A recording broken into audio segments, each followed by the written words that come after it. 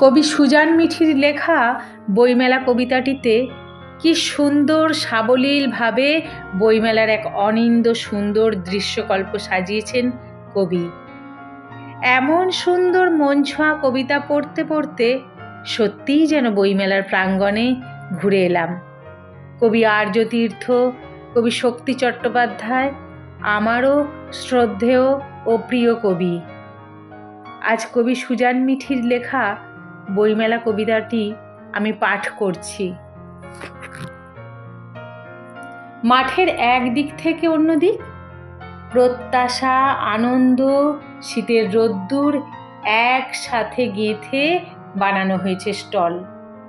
প্রকাশক আছেন, লেখক আছেন, পাঠকরা আসছেন, ঘুরে ফিরে বই দেখছেন, হাতে নিচ্ছেন, ভালোবাসছেন।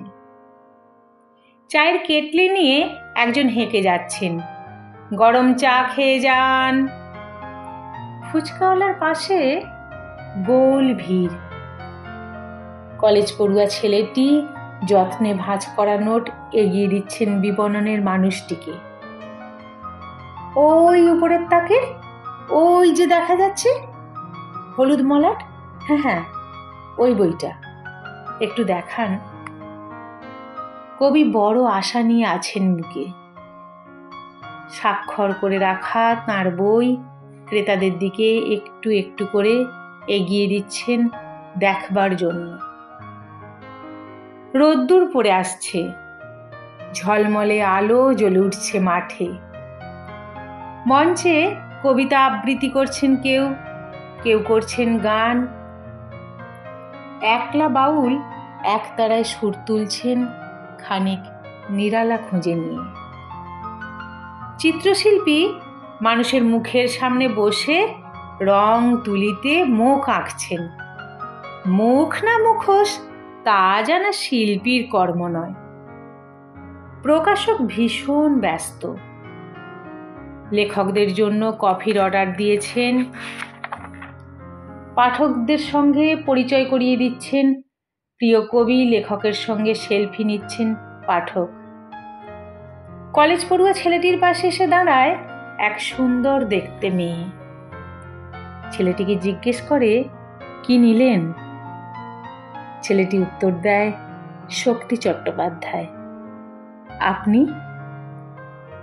মেয়েটির ঠোঁটে হাসি। আমি আবৃত্তি করি তো, তাই আবৃত্তিরই কয়েকটা। আর এই যে কবি আর্যতীর্থ, পড়ে দেখতে পারেন, উনি খুব ভালো লিখছেন এখন। ছেলেটি আধো মুখে দাঁড়িয়ে থাকে। মেয়েটা চায়ের কেটলির লোকটাকে ডাকে, এই চা দিন তো দুটো। হ্যাঁ লেবু দিয়েই দিন। ছেলেটি পার্স বের করার আগেই মেয়েটি দাম মিটিয়ে বলে, ছাড়ুন তো, সেই আদ্যিকালের নিয়ম। কেন ছেলেদেরই দিতে হবে দাম? মেয়েদের অধিকার নেই বুঝি?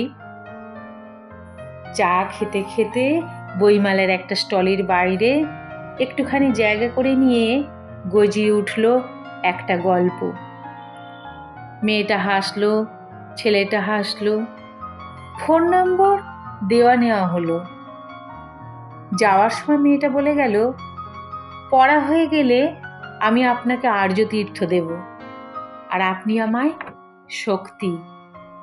প্রাঙ্গণের মাটিতে এলো মেলো ছাপ, শৈশব, যৌবন, বার্ধক্য, এদিক সেদিক। একজন সাদা দাড়িওয়ালা মানুষ হাতে ব্যাগ নিয়ে জনে জনে এগিয়ে দিচ্ছেন রবি ঠাকুরের সহজ পাঠ।